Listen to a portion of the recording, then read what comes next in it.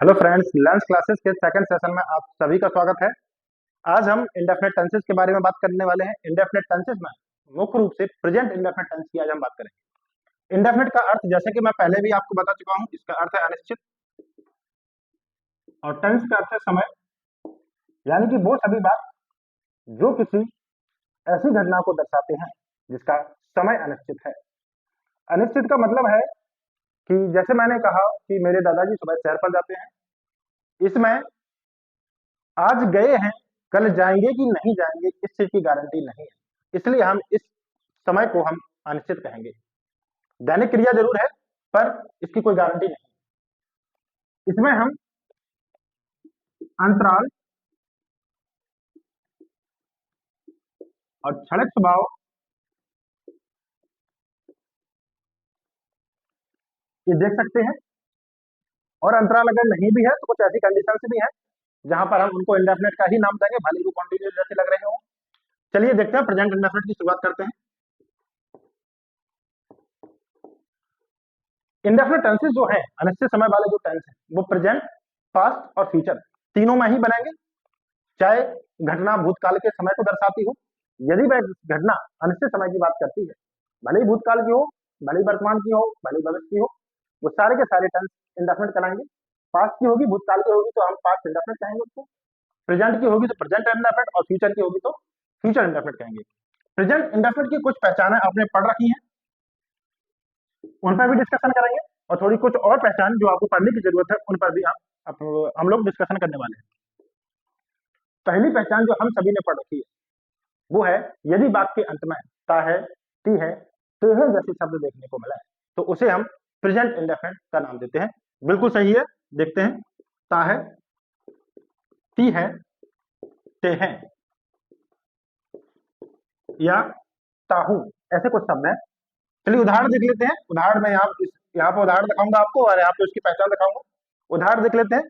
जो आपको सबसे ज्यादा पसंद आने वाला उदाहरण है, मैं तुमसे प्यार करता हूं, प्यार करता हूं। इस वाक्य में ताहे आ रहा है, ताहे आ रहा है तो इसका अर्थ है कि ये प्रेजेंट इंडेफिनिट है। परंतु यदि ताहे ना आता तो क्या प्रेजेंट इंडेफिनिट नहीं होता? देख लेते हैं। दूसरा लिखता हूं मैं, मुझे तुम पसंद हो। मुझे तुम पसंद हो, ये भी आपका प्रेजेंट इंडेफिनिट ही है, भले ही इसमें ताहे नहीं है। और देख लेते हैं, मुझे मुझे आप में या तुम में रुचि है। रुचि है, रुचि है का मतलब है मेरा मन करता है कि मैं आपसे बात करूं, आपके साथ समय बिताऊं, वो रुचि में आता है कि मुझे आप में रुचि है। ये भी आपका प्रेजेंट इंडेफिनिट टेंस ही कहलाएगा। और एक और देखता हूं, अगर मान लो कुछ ऐसा रख दिया आपने, जैसे पृथ्वी सूर्य का चक्कर लगा रही है, लगा रही है, इसमें रहा है, ये दिखने में कॉन्टिन्यूस है परंतु ये जो है कॉन्टिन्यूस नहीं है, ये भी प्रेजेंट इंडेफिनिट ही है। कॉन्टिन्यूस हमें इसलिए लगता है क्योंकि हमने कॉन्टिन्यूस की असली शर्त नहीं समझी है। अभी समझाते हैं, पहले इसको देख लेते हैं। मैं तुमसे प्यार करता हूं में ताए है तो प्रेजेंट इंडेफिनिट हुआ, इसको तो कुछ अलग से पहचानने की जरूरत है नहीं। आई लव यू, मुझे तुम पसंद हो, यदि कोई भी ऐसा विचार जो आपके मन से या आपके दिमाग से जुड़ा हो, आपके मन में हो या कोई दिमाग में हो, परंतु वह हर पल दिमाग में ना चल रहा हो। यदि हर पल दिमाग में चलेगा, किसी क्षण की बात कही गई है उस समय, यदि वो चीज आपके दिमाग में चल रही है तो वो कॉन्टिन्यूस में कहलाएगी। अदरवाइज ये सारी के सारी फीलिंग्स जो है वो आपकी प्रेजेंट इंडेफिनिट में कहलाएंगी। चाहे मैं कहूं मुझे उसका पता याद है, चाहे मुझे उसका पता मालूम है, मैं उसको जानता हूं, ये सारे के सारे टर्म्स जो है वो प्रेजेंट इंडेफिनिट में कहलाएंगे। तो दूसरी परिभाषा में लिख लेता हूं मैं, यदि आपको वाक्य के अंत में कुछ ऐसा दिख जाए, पसंद है, पसंद है, याद है, मालूम है, मालूम है, रुचि है, लगता है, मैं सोचता हूं, ऐसे कोई भी वर्ड जो आपके दिल और दिमाग से जुड़े हुए हैं, वो सारे के सारे आपके प्रेजेंट इंडेफिनिट में ही कहलाएंगे। इसको भी बनाएंगे तो आप प्रेजेंट इंडेफिनिट की तरह बनाएंगे, आई लाइक यू। बनाना कैसे है वो इसके बाद में बात करेंगे, पहले पहचान समझ लेते हैं कि पहचानना कैसे है। पहचान लेंगे तो बना भी लेंगे। मुझे आप में रुचि है, ये भी प्रेजेंट इंडेफिनिट ही है, परंतु प्रेजेंट इंडेफिनिट का कैसा है, ये एक्टिव है या पैसिव है। हमें सेंटेंस जो पढ़ाए जाते हैं हिंदी में वो एक्टिव पढ़ाए जाते हैं, पैसिव का अलग से चैप्टर पढ़ाया जाता है। वहां पे इंग्लिश में एक सेंटेंस लिखा होगा, उसको कह देंगे आपको पैसिव में बनाना है। परंतु जो स्टोरी राइटिंग में आते हैं वो सेंटेंस कुछ ऐसे आते हैं, वो आपको सेंटेंस हिंदी में लिखा हुआ ही पैसिव में देगा, वो आपको पहचानना पड़ेगा कि एक्टिव में है पैसिव में। तो पहचानने का तरीका क्या है, आप सेंटेंस के पीछे जाइए, पीछे भाग में जाइए, पीछे भाग में क्रिया मिलेगी आपको, क्रिया किसने की है इस पर विचार करना है। यहां पे देखता हूं कि प्यार करना क्रिया है, प्यार करना क्रिया है। प्यार कर रहा कौन कर रहा है, मैं कर रहा हूं, तो करता मैं हो गया। यहां पर मैं गया कि पसंद होना क्रिया है, पसंद कौन कर रहा है, मैं कर रहा हूं, तो मैं करता हो गया। यहाँ पे रुचि होना, रुचि कौन जगा रहा है ये देखिए।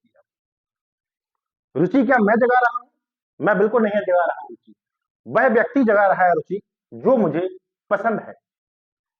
उसका मुझे उठना बैठना पसंद है, उसका मुझे व्यवहार पसंद है, उसकी मुझे स्मार्टनेस पसंद है, उसकी मुझे सुंदरता पसंद है। यदि ऐसा कुछ है तो ये जो है आपका पैसिव में बनने वाला है, क्योंकि ये जो आकर्षण है, रुचि है, वो कौन जगा रहा है, वो आप जगा रहे हैं, मैं नहीं जगा रहा। यदि काम आपने किया है और मुझे सेंटेंस मैं से बनाना है तो मैं इसको पैसिव में बनाऊंगा। इसको मैं I am interested in you कहूंगा, I am interested in you कहूंगा। तो चलिए इसको देख लेते हैं हम। पृथ्वी सूर्य का चक्कर लगा रही है। एक और नई परिभाषा मैं आपको बताता हूं, हो सकता है आपको पता हो या ना पता हो, तो देख लीजिए। यदि कोई परमानेंट एक्शन कोई आपको दिया हुआ है, परमानेंट एक्शन का मतलब है जो हमेशा चलने वाला है, सालों तक चलने वाला है। ये ऐसा नहीं है कि मैं पढ़ रहा हूं, मैं 10 मिनट पढ़ा, 2 घंटे पढ़ा, पढ़ के उठ गया, या मैं किसी से लड़ रहा हूं, 2-4 घंटे लड़ा या 2 दिन लड़ा और बात खत्म हो गई।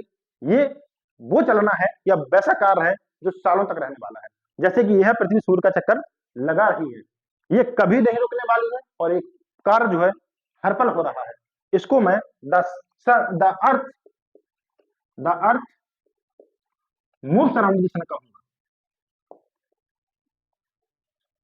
मूव्स अराउंड द सन कहूंगा। मैं बिल्कुल इसको इज मूविंग नहीं कहने वाला हूं, ये आपका प्रेजेंट इंडेफिनिट में ही बनेगा। इसके साथ मैं एक और एग्जांपल आपको देता हूं। जैसे मैं कहूं कि मैं झांसी में रहता हूं या मैं झांसी रह रहा हूं। मैं किसी को जवाब देता हूं, किसी ने मुझे पूछा कि आप कहां रहते हो, मैंने कहा मैं झांसी में रहता हूं, या मैं झांसी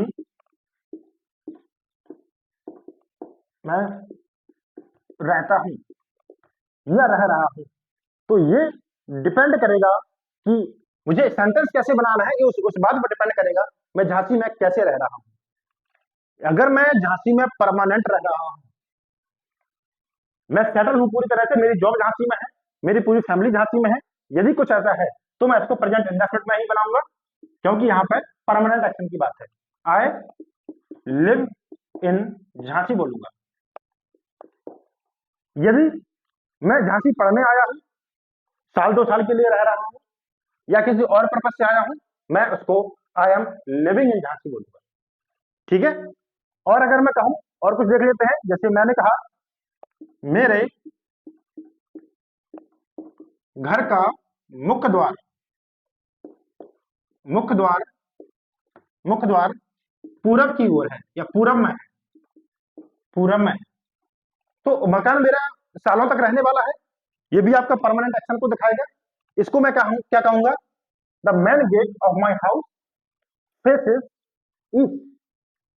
इसको मैं प्रेजेंट इंडेफिनिट में ही बनाऊंगा। तो ध्यान रखना है प्रेजेंट इंडेफिनिट में क्या आने वाला है, परमानेंट एक्शन। यदि कोई परमानेंट एक्शन आपको देखने को मिले तो उसको हम प्रेजेंट इंडेफिनिट में ही बनाएंगे। चौथा मैं लेके चलता हूं, सदा सत्य रहने वाली बात, यूनिवर्सल ट्रूथ को कह सकते हैं हम। यूनिवर्सल ट्रूथ,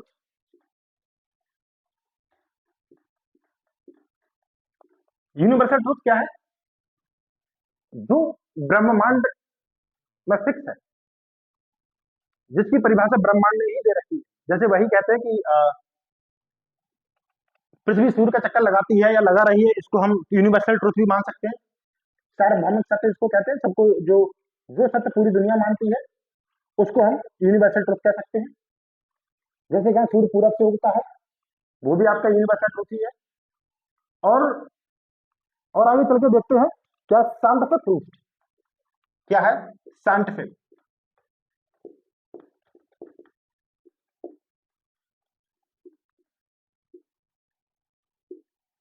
यदि कोई चीज, यदि कोई तथ्य या स्टेटमेंट विज्ञान कह चुकी है, विज्ञान ने अगर किसी चीज को सिद्ध कर दिया है, विज्ञान कह चुकी है कि ऐसा होता है, तो मान के चलिए वैसा ही होता है। और आप उसमें कुछ नहीं कर सकते, वो सारे के सारे सेंटेंस आपके प्रेजेंट इंडेफिनिट में ही बनेंगे। जैसे यदि आपका सेंटेंस ऐसा लिखा हो कि पानी पानी 100 डिग्री सेल्सियस पर उबलेगा, उबलेगा, ये दिखने में फ्यूचर लग रहा है, पीछे गांधी जी आया है तो कहने को ये फ्यूचर है, परंतु नहीं, ये साइंटिफिक प्रूव्ड चीज है। किसी ने लिख दिया है कि उबलता है, फिर तो कोई बात नहीं है, फिर तो ताहे आ गया। यदि किसी ने घुमा के दे दिया पानी 100 डिग्री सेंटीग्रेड पर उबलेगा, तो ये फ्यूचर में नहीं जाएगा, आपके कहने से नहीं उबलेगा पानी। पानी आपका 100 डिग्री सेंटीग्रेड पर ही उबलेगा, आप कुछ कर लीजिए, ये फिक्स है। क्यों? क्योंकि विज्ञान ने बताया है। तो इसको हम प्रेजेंट इंडेफिनिट में ही बनाएंगे, हम यही कहेंगे water boils at 100 degree centigrade. क्या कहेंगे? Water boils at 100 degree centigrade. इस चीज का ध्यान रखना है। और आगे चलते हैं,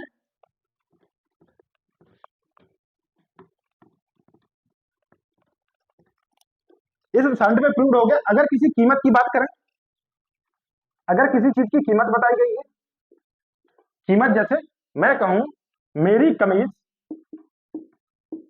मेरी कमीज जिसको मैं शर्ट कहता हूं, मेरी कमीज 1000 रुपए की है, 1000 रुपए की है, तो क्या है? कीमत बताई गई है। किसी भी चीज की कीमत आप प्रेजेंट इंडेफिनिट में ही बताओगे। माई शर्ट,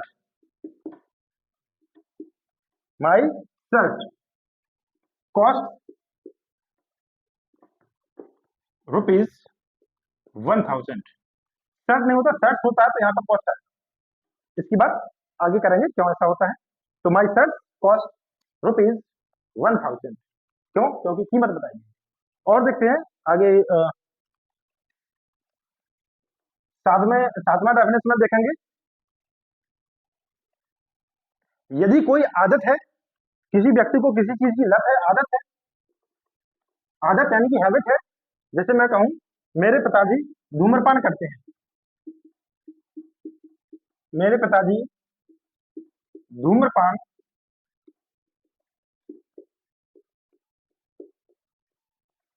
ताहा, वैसे तो ताहा दिया हुआ है, अगर ताहा नहीं भी होता और ये आदत होगी, आदत होती वर्तमान की, जो भी हम पढ़ रहे हैं ये सारे के सारे वर्तमान से संबंधित है। जो भी काम हो रहा है वर्तमान में होना चाहिए, तभी हम प्रेजेंट इंडेफिनिट में कहेंगे, अदरवाइज नहीं कहेंगे। मेरे पिताजी धूम्रपान करते हैं, क्या बनाएंगे हम? My father, my father smokes कहेंगे, स्मोक्स कहेंगे। क्यों? क्योंकि ये आदत है, इसलिए हम इसको प्रेजेंट इंडेफिनिट में बनाएंगे। कुछ वर्ड्स देख लेते हैं, जैसे दिया हो कभी कभी,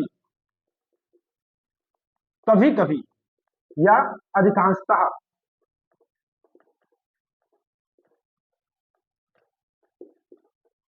अधिकांशतः, या कभी नहीं, कभी नहीं, हमेशा, ऐसे कुछ वर्ड अगर आपके वाक्य में आ रहे हैं तो वो सारे के सारे आपके प्रेजेंट इंडेफिनिट में ही कहलाएंगे।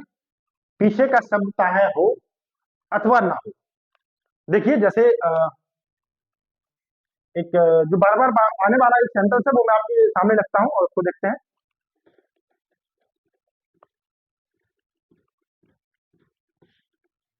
वह सदा सत्य बोलता है। वह सदा सत्य बोलता है।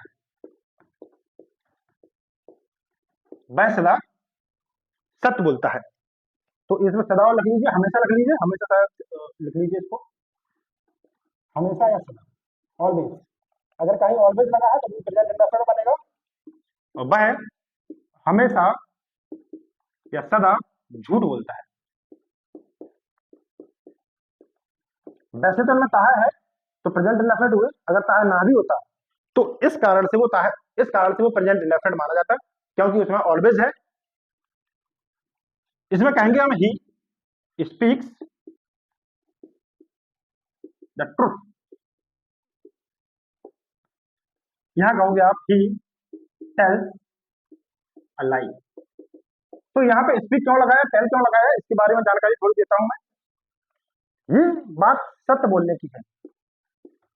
ये बात सत्य बोलने की है। स्पीक स्पीकर से बना हुआ शब्द है। स्पीकर क्या करता है, किसी भी बात को सार्वजनिक करता है। 50 में बताया जाएगा, 100 में बताएगा। आप इस सत्य को आप खुलकर कहीं पर भी किसी के सामने बोल सकते हो। क्यों? क्योंकि वो सत्य है।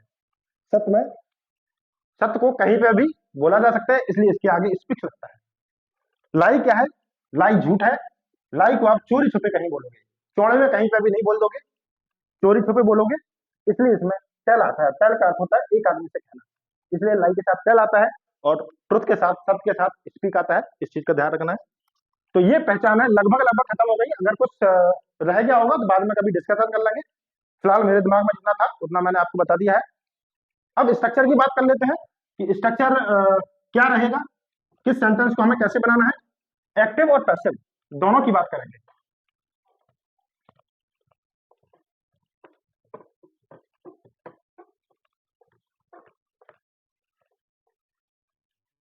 एक्टिव देख लेते हैं। एक्टिव क्या है?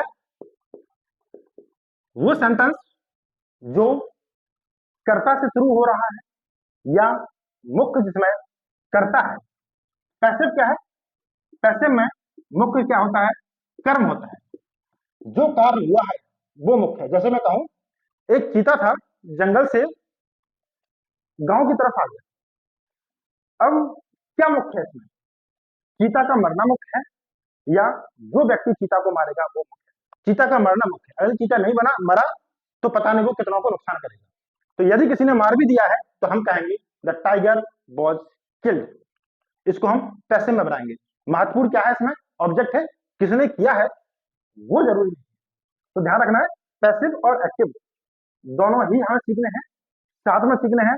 स्टोरी में जो हमें सेंटेंस दिए जाते हैं वो एक्टिव और पैसिव दोनों में साथ में ही होते हैं, हमें पहचानने की जरूरत होती है। एक्टिव में अगर कोई साधारण है, साधारण जिसको हम अफर्मेटिव कहते हैं। अफर्मेटिव का मतलब है सकारात्मक, जिसमें ना का बोध नहीं है। अगर सकारात्मक है तो उसका स्ट्रक्चर कैसा होगा? उसमें सब्जेक्ट लगेगा, वर्ब की फर्स्ट फॉर्म लगेगी, एस या ईएस लग सकता है सब्जेक्ट के अकॉर्डिंग, प्लस ऑब्जेक्ट लगेगा, और प्लस अगर कुछ रह रहा है तो आप उसको यहां पर लगा सकते हो। या जैसा हम पहली क्लास में, पहले सेशन में मेन स्ट्रक्चर की बात कर सकते हैं, मेन स्ट्रक्चर की बात कर चुके हैं, उसके अकॉर्डिंग आप चीजों को लगा सकते हैं। पैसिव में क्या करेंगे? पैसिव में क्या करेंगे? हम ऑब्जेक्ट लगाएंगे, यानी कि जो कार्य हुआ है उसको लेके आएंगे यहाँ पर।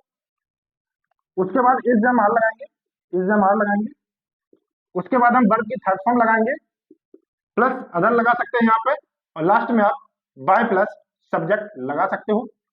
सब्जेक्ट को आप यहाँ अदर की जगह भी लगा सकते हो, अदर को पीछे लेके जा सकते हो। मेन इस पर ध्यान रखना कि इतना सीक्वेंस में आना चाहिए। उसके बाद सब्जेक्ट आपका आगे पीछे हो सकता है, बस बाय के साथ आएगा। बाय के अलावा भी कुछ और भी आता है, वो जब एक्टिव पैसिव पढ़ेंगे उस समय उसकी हम बात करेंगे। इसमें एस या एस का क्या हिसाब किताब है देख लीजिए। यदि आपका कर्ता यानी कि सब्जेक्ट सिंगुलर है एक व्यक्ति वस्तु है, यदि एक व्यक्ति या वस्तु है तो हम वर्ब में एस या यस लगाएंगे और वर्ब की फर्स्ट फॉर्म लगाएंगे। इस चीज का ध्यान रखना है। यहाँ वर्ब की थर्ड फॉर्म लेके चलनी है। आप जब जब भी पैसिव बनाओगे किसी भी सेंटेंस का, वर्ब की थर्ड फॉर्म मैंडेट है, मस्ट है, लगाना ही लगाना है। सब्जेक्ट देख लीजिए, सब्जेक्ट में यहाँ पर सिंगुलर है तो आप ऐसे यस लगाओगे, यदि प्लूरल है तो आप ऐसे यस नहीं लगाओगे।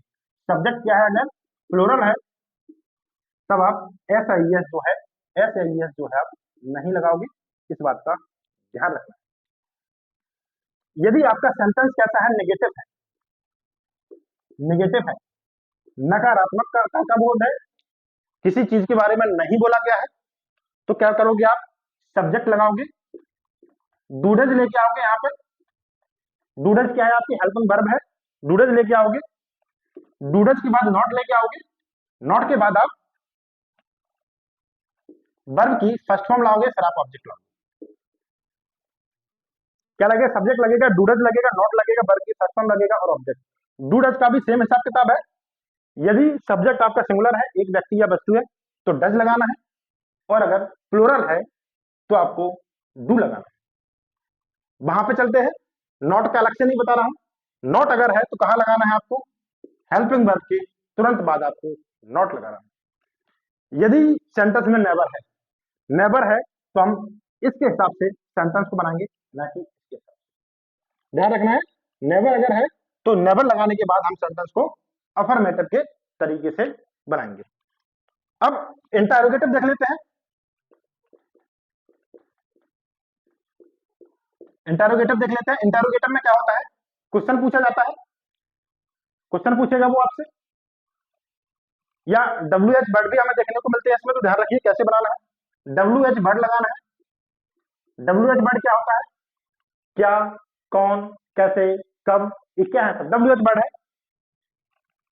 या जो W से वर्ड हो स्टार्ट हो, या व्हाट, व्हेन, व्हाई, ये सब क्या है, हाउ, ये क्या है, WH वर्ड है। W या S से स्टार्ट हो। यदि है तो ठीक है, आगे लगाना है। यदि नहीं है तो क्या, डू डज से बनाएंगे। आप किससे बनाएंगे, डू और डू या डज से बनाएंगे। और डू डज की कहानी सेम ही है, सिंगुलर है तो डज, प्लूरल है तो डू। इसके बाद आप सब्जेक्ट लगाओगे। इसके बाद नॉट है तो यहाँ आप नॉट लगा सकते हो, नहीं है तो नहीं लगाना है, कोई जरूरी नहीं है आपको। यहाँ पे वर्ब की फर्स्ट फॉर्म आएगी और सेम यहाँ पे ऑब्जेक्ट आएगा और बाद में आपका क्वेश्चन मार्क जाएगा। यहाँ पे क्या कहानी है, यहाँ पे देखिए आप, यहाँ पर जो है WH वर्ड आ जाएगा, स्टार्ट में WH वर्ड आ जाएगा। उसके बाद आपकी हेल्पिंग वर्ब इज़ आ जाएगी। उसके बाद आपका ऑब्जेक्ट आ जाएगा। इसके बाद आपकी वर्ब की थर्ड फॉर्म आ जाएगी और बाय प्लस सब्जेक्ट। अगर है तो यहाँ पर या यहाँ पर, जहां चाहो आप वहां लगा दो। तो ए एक्टिव और पैसिव दोनों हो चुके हैं। कुछ एग्जाम्पल हम नेक्स्ट सेशन में लेके आएंगे जहां पर आपको एक क्लियर हो जाएगा। उसके बाद हम पास्ट इंडेफिनिट की तरफ आगे बढ़ेंगे। आज के लिए बस इतना ही। Take care and bye bye.